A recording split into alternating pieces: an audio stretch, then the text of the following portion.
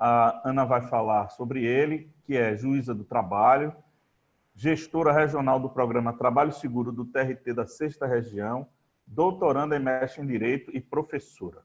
Eu, com muita alegria, passo a palavra à nossa confreira, Ana Freitas. 20 minutos, Aninha. Ok, boa noite a todos e a todas. Primeiramente, eu gostaria de cumprimentar a todos que nos assistem, que estão aí firmes e fortes, são 9h07 da noite. Cumprimentar também meus queridos confrades e confreiras da Academia Pernambucana de Direito do Trabalho. Um beijo no coração de todos vocês. Eu gostaria também de agradecer a oportunidade de poder expor sobre esse tema que é tão sensível, que é o trabalho dos profissionais da área de saúde nesses tempos terríveis de pandemia. E com esse viés mais voltado aos médicos, aos enfermeiros, aos auxiliares de enfermagem e demais profissionais que se encontram nesse fronte de batalha, né, contra esse inimigo poderosíssimo. Eu também gostaria muito de prestar uma solidariedade a essas vítimas da Covid-19 e aos seus familiares, nesse momento de grande comoção mundial.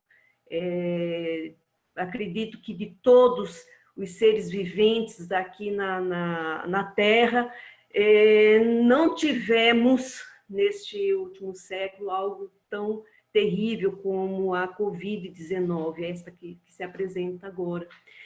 E então, uma homenagem especial a todos esses trabalhadores e trabalhadoras da área de família, todos esses profissionais que doam a sua própria vida para poder salvar outras vidas. Recebam todos um forte abraço.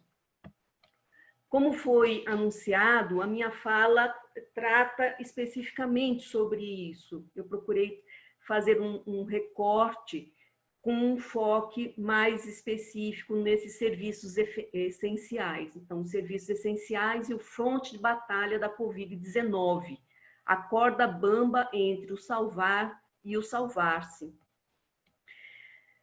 E aí, somente para a gente poder contextualizar, poder trazer alguma coisa, alguns dados numéricos e a partir daí traçar uma linha de raciocínio, segundo o Instituto para a Redução de Riscos e Desastres de Pernambuco, até ontem, 24 de junho, nós tínhamos 9.502.452 casos confirmados da Covid no mundo, com 483.667 óbitos. No Brasil, quase 1.200.000, 1.188.631 confirmados, fora as subnotificações, evidentemente, e 53.830 casos de óbitos. E em Pernambuco, 54.022 confirmados, 4.425 óbitos, com uma taxa de mortalidade para cada 100.000 habitantes igual a 46,3. É um índice altíssimo aqui no nosso estado de Pernambuco. No âmbito das atividades essenciais de saúde, infelizmente, o Brasil é o primeiro lugar no mundo em mortes de profissionais de enfermagens. Isso, os enfermeiros, os técnicos, os auxiliares de enfermagem. Está à frente, o Brasil está à frente dos Estados Unidos, da Espanha, da Itália, possuindo 38% dos profissionais em enfermagem mortos no mundo. Vejam como é algo bastante expressivo, preocupante. Esses dados estão contidos no site Brasil de Fato, que apontam 208 enfermeiros falecidos até o dia 19 de junho, uma taxa de letalidade de 2,36%. Desse montante, a maioria mulheres, 65,38% de mulheres. E desse total, 57 enfermeiros entre 41 e 50 anos. Vejam, portanto, que os números têm demonstrado que não somente os idosos estão num grupo maior de risco, mas jovens também. Vejam, 57 enfermeiros entre 41 e 50 anos e 51 enfermeiros, enfermeiras entre 51 e 60 anos de idade. Com relação aos médicos também, a Associação Nacional de Medicina do Trabalho, a ANAMT, ela aponta 113 médicos mortos, quase 2 profissionais por dia, desde o início da pandemia aqui no Brasil, sendo 31.790 casos de profissionais de saúde confirmados. Pois bem, e dentro de toda essa situação, nós assistimos de forma horrorizada, não é? A humilhação que esses profissionais passaram há poucos dias. Nós vimos, por exemplo, no dia 1º de maio, uma manifestação de enfermeiros ali em Brasília e segurando cruzes, demonstrando aí resignação contra a falta de condições de trabalho, de fornecimento de equipamentos de proteção individual. E esses enfermeiros, esses profissionais, essas enfermeiras agredidas por seguidores, alguns seguidores, pontuais seguidores, evidentemente, do presidente da República. Tivemos também uma fala do presidente da República nos últimos dias, dizendo que a população deveria seguir para dentro dos hospitais para fotografar, filmar e verificar se realmente todos os leitos estão ocupados. Vejam a que tipo de humilhação também essas pessoas, esses profissionais são submetidos, foram submetidos. Espero que situações como essa não ocorram mais, situações, inclusive, que nos envergonham perante o mundo, não é? E aí, em tempos de pandemia, toda a sociedade ela é chamada, ela é convidada para dar a sua cota de contribuição, de participação, de somar alguma coisa, né? A partir da decretação da pandemia, em termos mundiais, pela Organização Mundial de Saúde, o Brasil também procurou adotar algumas medidas e, para tanto, editou algumas normas. A Lei 13.979, de 6 de fevereiro de 2020, tratando sobre medidas para enfrentamento da emergência de saúde. E essa lei teve a sua regulamentação pelo Decreto 10.282, de 20 de março de 2020. Tivemos também o Decreto Legislativo número 6, de 20 de março, a fim de poder autorizar medidas emergentes, urgentes, para a contenção da pandemia. E aqui recortamos, a fim de poder chegar dentro da nossa proposta aqui, alguns dispositivos específicos, pincelamos alguns dispositivos específicos da medida provisória 927, que é de 20 de março de 2020, e que na Câmara recebeu o número, o PLV número 18, 2020, e seguiu agora no último dia 18 de junho para o Senado, com algumas alterações. Mas aí o artigo 7º dessa medida provisória diz o seguinte: durante o estado de calamidade pública, o empregador poderá suspender as férias ou licenças não remuneradas dos profissionais da área de saúde ou daqueles que desempenhem funções essenciais mediante comunicação formal da decisão ao trabalhador. Então, uma das primeiras medidas foi essa, a de chamar todos esses profissionais de saúde que estavam de licença ou de férias, etc., para vir, para somar. Além disso, uma alteração também autorizada de aumento da jornada de trabalho. No artigo 26 dessa mesma medida provisória, houve a previsão.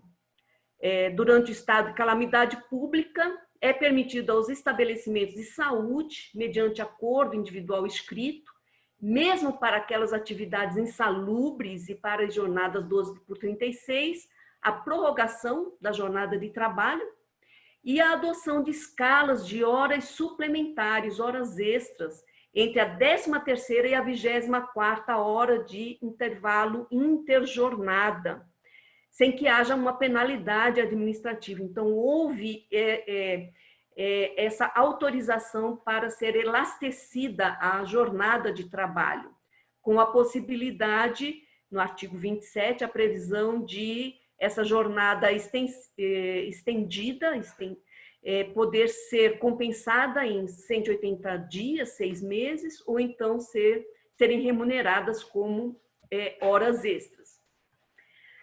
Mas a questão não foi somente essa, porque logo no início percebeu-se o seguinte: primeiro, não havia hospitais suficientes e nem havia hospitais devidamente ocupados para esse tipo de pandemia, com respiradores, equipamentos de proteção individual, suficientes para todos.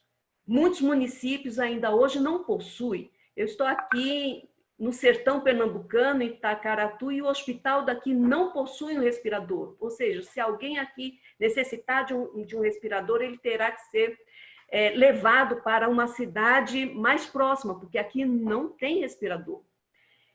Também não havia, para esses profissionais, equipamento de proteção individual suficientes. Não havia profissionais da área de saúde suficientes, nós já não tínhamos o programa Mais Médicos, houve a necessidade de antecipação da colação de grau de muitos profissionais que estavam já no fim, no término do seu curso. Houve a contratação, a necessidade de contratação de vários profissionais. Também hospitais de campanha tiveram que ser construídos em tempo recorde, né? Em vários estados. Aqui no estado de Pernambuco houve a construção, foi utilizado espaços públicos para abrigar esses hospitais de campanha. E como consequência também de tudo isso, porque a pandemia é mundial, todos os outros países que nos antecederam, inclusive, nesses casos de pandemia, houve uma falta generalizada de respiradores, de equipamentos de proteção individual, e todos acompanharam pelas mídias, de uma forma geral, a falta desses equipamentos, a necessidade de edição de medida provisória a fim de viabilizar uma facilidade de aquisição desses equipamentos, desses respiradores. Vimos também países entrando na nossa frente, mesmo com a aquisição, vindo por trás, oferecendo valor maior, etc., de forma que grande parte dessas vítimas da pandemia, grande parte também é devida pela falta desses equipamentos, que não foi possível a aquisição, a chegada, equipamentos que foram adquiridos de forma equivocada e tantos outros problemas que enfrentamos e continuamos enfrentando, porque a bem da verdade, nós sequer chegamos ao pico da pandemia. Ainda vamos precisar andar muito dentro de toda essa situação endêmica e de falta de equipamentos, né? E aí, então, de uma maneira geral, para todos os trabalhadores, de uma maneira geral, né? Nós temos que verificar quais são as atividades de risco, né? Então, como atividades de risco, nós temos os médicos, enfermeiros, pessoal de atendimento em hospitais, os coveiros, outros serviços essenciais em supermercados, farmácias, pessoal de conservação e limpeza. Temos também que observar a questão do problema dos trabalhadores de risco, né? Como, por exemplo, os idosos, os obesos, pessoas com diabetes, pessoas que estão em tratamento de câncer, pessoas com outras comorbidades. E as pesquisas demonstraram que essas pessoas são mais frágeis em vista da pandemia, correm um risco maior, inclusive, de óbito em face da pandemia. Bem, aí nós temos algumas recomendações a respeito de como lidar, que tipos de equipamentos de proteção coletiva e individual devem ser utilizados por esses profissionais da área de saúde. Então, nós temos aqui, de acordo com a Occupation Safety and Health Administration, a OSHA, nós temos as atividades laborativas que podem ser divididas, graduadas em graus de risco, que podem ser de um risco menor de contaminação até o do risco de uma contaminação muito alta. E então, como profissionais de saúde de risco muito alto, muito elevado, estão os trabalhadores com alto potencial de contato com pessoas confirmadas ou suspeitas da Covid, que são esses profissionais de saúde, os médicos, enfermeiros, técnicos de enfermagem, que trabalham diretamente com procedimentos de intubação, indução de tosse, broncoscopias, coletas de amostras. Esses, então, eles estão no nível 1, é o risco muito alto de contaminação. Também profissionais em laboratórios de coleta, trabalhadores de necrotérios, com autópsias, e num risco grau 2, risco alto, que são as equipes de assistência e suporte médico, médicos, enfermeiros e outros funcionários que precisam entrar em quarto de pacientes, mas sem realizar necessariamente procedimentos. Então, trabalhadores também em transporte médico, os operadores de ambulâncias, trabalhadores em necrotérios, com preparação para enterros e cremação. Então, esses profissionais, eles se encontram nesse grau de risco 2, é o risco alto de contaminação. As medidas protetivas a serem adotadas pelos empregadores de uma forma geral, aqui também me referindo a todos os trabalhadores de uma forma geral, essas medidas protetivas elas vão se dividir da seguinte forma. Primeiro, o empregador ele precisa saber identificar os riscos que os seus trabalhadores estão acometidos. Então, se a atividade desenvolvida é considerada de risco, qual o risco? A questão da higienização, com pia, água, sabão, papel toalha, álcool em gel, equipamentos de proteção individual, equipamentos de proteção coletiva, como, por exemplo, máscaras, luvas, barreira acrílica para as atividades de atendimento ao público, como aqueles atendentes em farmácias, em supermercados.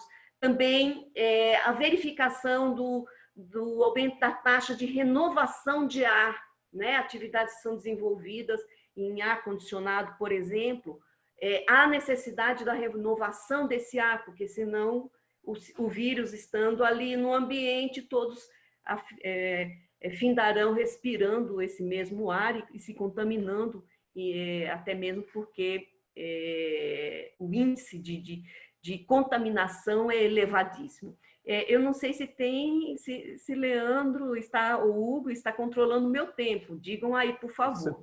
Tem 2 minutos ainda, Aninha. Pronto, 2 minutos eu consigo muita coisa aqui. Vou terminar no meu tempo, né?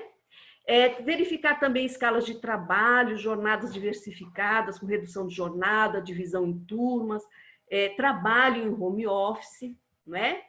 E para o pessoal da área de saúde especificamente, além de todas essas cautelas, preocupações, aqui eu oriento fortemente uma cartilha que foi elaborada pela Fundacentro, é uma cartilha de proteção respiratória contra agentes biológicos para trabalhadores de saúde. Então, quem quiser aprofundar mais um pouco a respeito disso, essa cartilha da Fundacentro é muito interessante, muito completa.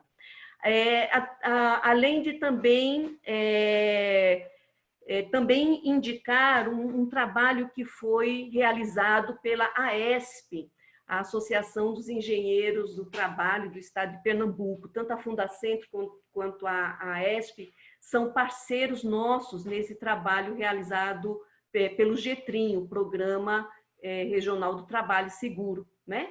E nessa cartilha da Fundacentro vem falando sobre essa proteção, esse programa de proteção respiratória, essas máscaras N95, mas não somente as máscaras N95, porque as cirúrgicas, na verdade, elas não protegem de forma adequada, né?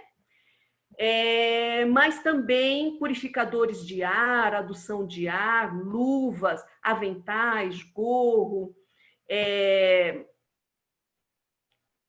Existe uma falta de condições de trabalho muito grande desses profissionais, né? Aqui, para não esgotar o meu tempo, eu já vou fechando o meu raciocínio, mas depois dos debates a gente pode tratar mais alguma coisa, né? Fechando, então, o raciocínio, esses profissionais da área de saúde, eles são mais submetidos a riscos biológicos, mas não somente a isso. Além dessa falta de estrutura, falta de EPI, carga horária extenuante que eles estão sendo submetidos, eles também se submetem ao medo, ao cansaço, à tensão emocional, a um estresse agudo, um adoecimento mental. Muitos estão submetidos e já despontam com esse adoecimento mental, a depressão, síndromes do pânico. Esses profissionais, inclusive, muitos deles tiveram que se separar da família, deixar os filhos com os avós, a fim de não levar essa contaminação para casa. Então, eu agradeço, com isso daqui eu encerro a minha fala, para não extrapolar o tempo. Agradeço a oportunidade de poder ter tratado desse assunto aqui, que é tão melindroso, tão importante, enfim, e dizer que as palavras de ordem neste momento são solidariedade e empatia. Nós precisamos mais do que nunca solidariedade, a fim de poder compreender e estar no lugar do outro, e empatia, para poder estender a mão e poder fazer também a nossa parte. Muito agradecida a todos. Hugo, muito agradecida. Obrigado, Ana. Muito importante e muito angustiante